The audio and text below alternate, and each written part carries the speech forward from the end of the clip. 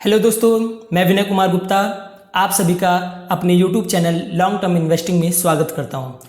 दोस्तों, आज हम जिस कंपनी के बारे में डिस्कस करने वाले हैं उसका फ्यूचर बहुत ही प्रॉमिसिंग नज़र आ रहा है और रिटर्न्स की बात करें तो ये कंपनी फ्यूचर में हमें दमदार रिटर्न्स देने की ताकत रखती है। दोस्तों, अगर क्रूड ऑयल इंपोर्ट की बात करें तो दुनिया में भारत तीसरे नंबर पर आता है। FY 23-24 में लगभग 232 मिलियन टन क्रूड ऑयल हमने इंपोर्ट किया, जो पिछले फाइनेंशियल ईयर से लगभग बराबर था। और इस साल हमारी इंपोर्टेड क्रूड ऑयल पर निर्भरता पिछले साल के मुकाबले और ज़्यादा बढ़ गई, जो पिछले साल 87.4% था और इस साल बढ़कर 87.7% हो गया। और इसी वजह से हमारी गवर्नमेंट को अच्छा खासा रकम ऑयल इंपोर्ट पर खर्च करना पड़ता है। इसी निर्भरता को कम करने के लिए गवर्नमेंट का प्लान है कि वो FY 25-26 तक 20% इथेनॉल पेट्रोल के साथ ब्लेंड करेंगे, जिसके लिए 1016 करोड़ लीटर एथेनॉल की ज़रूरत पड़ेगी। और सारे रिक्वायरमेंट को देखा जाए तो 1350 करोड़ लीटर इथेनॉल की ज़रूरत पड़ेगी। दोस्तों, गवर्नमेंट का प्लान है कि वो 5% इथेनॉल डीजल के साथ भी ब्लेंड करेंगे। According to oil ministry data, in month of May India reached blending of ethanol in petrol to the extent of 15.4%, जो पिछले मंथ में 12.7% था। इन बढ़ते हुए आंकड़ों से पता चलता है कि जो गवर्नमेंट का लक्ष्य है 20% एथेनॉल को पेट्रोल के साथ ब्लेंड करने का, वो पूरा होता दिखाई दे रहा है। दोस्तों, अब समझ लेते हैं कि इथेनॉल बनता कैसे है। ये कई चीज़ों से बनता है, लेकिन भारत में इथेनॉल बनाने के लिए मुख्य रूप से गन्ने का इस्तेमाल किया जाता है और गन्ने से ही चीनी भी बनाई जाती है। दोस्तों, पिछले साल दिसंबर महीने में गवर्नमेंट ने शुगर केन से बनने वाले इथेनॉल पर बैन लगा दिया था। उस समय लोकसभा के इलेक्शन आने वाले थे और सरकार को लग रहा था कि अगर शुगर का प्रोडक्शन कम हो गया, जिसके कारण शुगर के प्राइस अगर बढ़ गए, तो हो सकता है कि पब्लिक उन्हें इलेक्शन में वोट ना करे, जिसके चलते उन्होंने शुगर केन से बनने वाले इथेनॉल पर बैन लगा दिया, जिसके कारण इस कंपनी के भी शेयर प्राइस 31% तक गिर गए। लेकिन अभी जल्द ही गवर्नमेंट ने इस बैन को हटा दिया, जिससे आने वाले समय में इस कंपनी को बेनिफिट मिलता हमें दिखाई दे सकता है। दोस्तों, दुनिया के हर देश कार्बन एमिशन को कम करने के लिए धीरे धीरे फॉसिल फ्यूल की जगह अब रिन्यूएबल एनर्जी सोर्सेज जैसे कि बायोफ्यूल्स और कई तरह के ग्रीन एनर्जी पर शिफ्ट कर रहे हैं। और अगर ग्लोबल इथेनॉल मार्केट साइज की बात करें तो अभी इनका साइज 109 बिलियन डॉलर्स का है, जो 2034 तक 182 बिलियन डॉलर तक पहुंचने की संभावना है। और इससे इस कंपनी को बहुत ज़्यादा फायदा होगा, क्योंकि इनका मार्केट शेयर वर्ल्ड में इथेनॉल प्रोडक्शन का 10% है। दोस्तों, हम बात कर रहे हैं पराज इंडस्ट्रीज की। दोस्तों, पराज इंडस्ट्रीज ईयर 1983 में फाउंड हुई और तब से लेकर अभी तक ये बायो एनर्जी और इन्वायरमेंटल सॉल्यूशन में की प्लेयर बनी हुई है। पराज इंडस्ट्री ने इथेनॉल प्रोडक्शन टेक्नोलॉजी में ग्लोबल लीडर के रूप में अपनी पहचान बनाई है, खासकर इथेनॉल प्लांट के डिजाइन, कंस्ट्रक्शन और ऑपरेशन में। इस फील्ड में इनकी एक्सपर्टीज कई की फैक्टर पर बेस्ड है। पहला, फीड स्टॉक वर्सिलिटी। पराज की खासियत यह है कि वो कई तरह के फीड स्टॉक का उपयोग करके इथेनॉल प्रोड्यूस कर सकते हैं।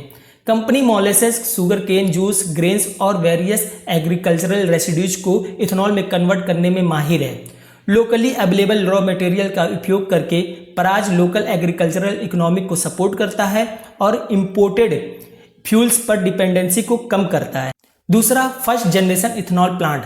पराज ने first generation ethanol plant setup करने में एक्सटेंसिव एक्सपीरियंस प्राप्त किया है, जो मुख्य रूप से फूड बेस्ड फीड स्टॉक जैसे शुगर केन, वीट और कॉर्न का उपयोग करते हैं। ये प्लांट इथेनॉल की बढ़ती डिमांड को पूरा करने में इम्पॉर्टेंट रोल निभाते हैं। लेकिन इसमें प्रॉब्लम यह है कि अगर हम फूड क्रॉप को इथेनॉल बनाने के लिए यूज करेंगे तो फूड की शॉर्टेज हो सकती है और फूड की इन्फ्लेशन भी बढ़ सकती है। इसीलिए कंपनी अब सेकंड जनरेशन इथेनॉल प्लांट पर काम कर रही है। इस प्रोसेस में नॉन एडिबल फूड जैसे एग्रीकल्चरल रेसिड्यूज जैसे corn stover, bagasse, rice straw etcetera, इनसे इथेनॉल बनाने का काम कंपनी कर रही है। सेकंड जनरेशन इथेनॉल ज़्यादा सस्टेनेबल है, क्योंकि इसमें वेस्ट प्रोडक्ट का यूज होता है जो अदरवाइज डिस्कार्ड कर दिए जाते हैं। दोस्तों ये कंपनी सस्टेनेबल एविएशन फ्यूल पर भी काम कर रही है, जिसको एविएशन फ्यूल के साथ ब्लेंड करके कार्बन एमिशन को रिड्यूस करेंगे। इसके साथ ये कंपनी ब्रेवरी एंड बेवरेज में भी काम कर रही है। ये ब्रेविंग इंडस्ट्री के लिए customised plant equipment and technology solution offer करती है।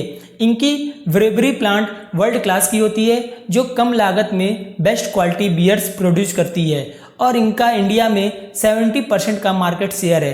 कंपनी की subsidiary company high purity system limited high purity solution पर काम करती है, जो pharma, biotech and wellness industries को हाईली प्योर वाटर्स के नीड के सॉल्यूशन प्रोवाइड करती है और वर्ल्ड में इन्होंने 450 से ज़्यादा इंस्टॉलेशन किए हैं और इसके साथ ये वेस्ट वाटर ट्रीटमेंट भी ऑफर करते हैं।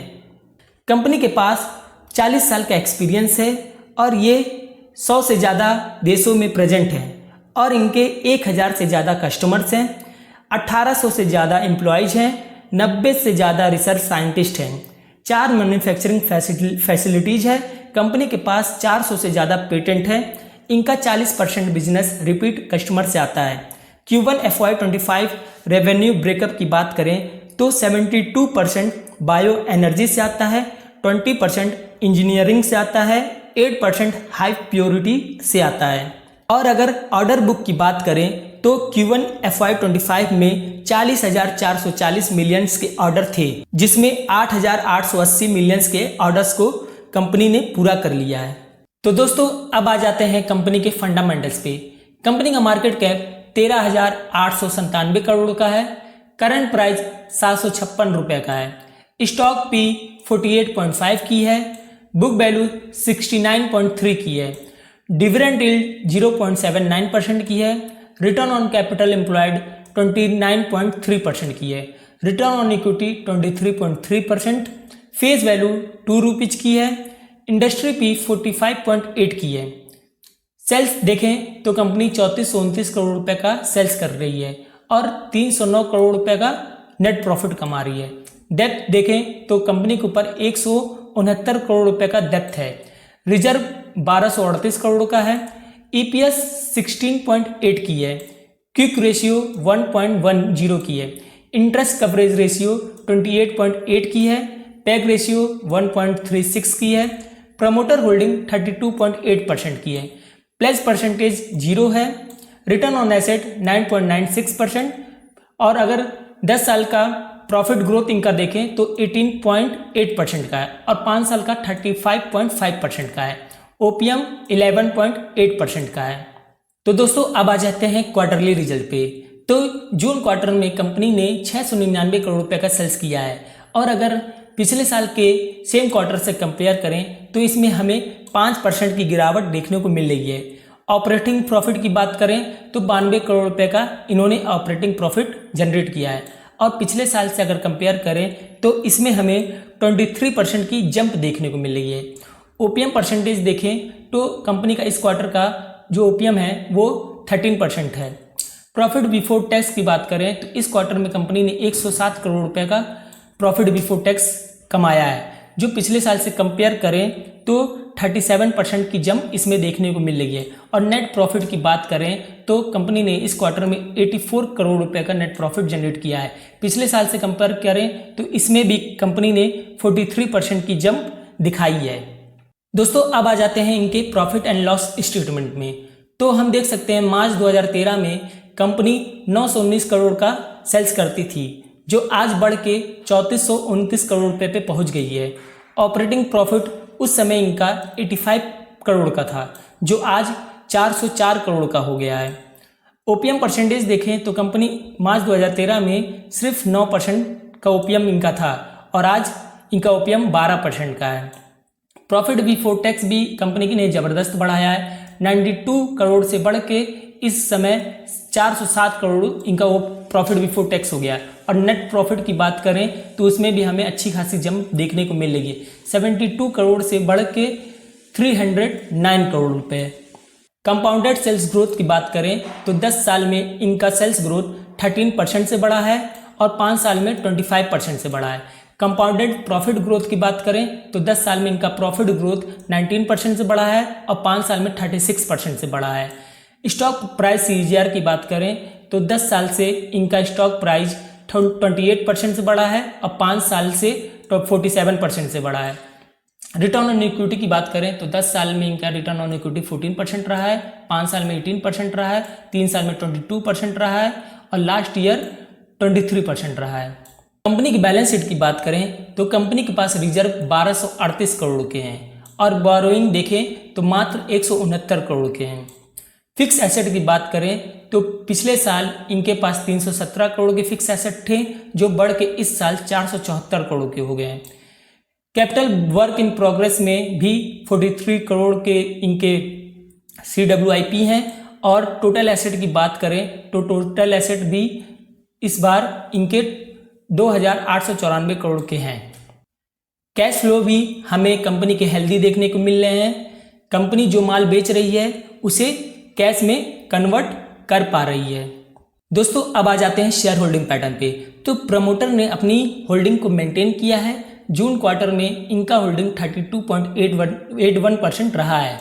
FIs और DIs की बात करें तो दोनों को इस कंपनी पे पूरा भरोसा है। FIs ने 18.55% की होल्डिंग ले रखी है और DIs ने 16.65% की होल्डिंग ले रखी है। DIs की बात करें तो पिछले क्वार्टर में इनका होल्डिंग 13.69% था और पब्लिक की बात करें तो पब्लिक ने इस क्वार्टर में अपनी होल्डिंग कम की है।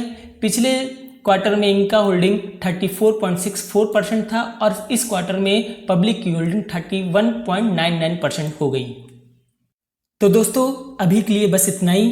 दोस्तों जितना भी मुझे नॉलेज था मैंने इस वीडियो के माध्यम से आपके साथ शेयर किया।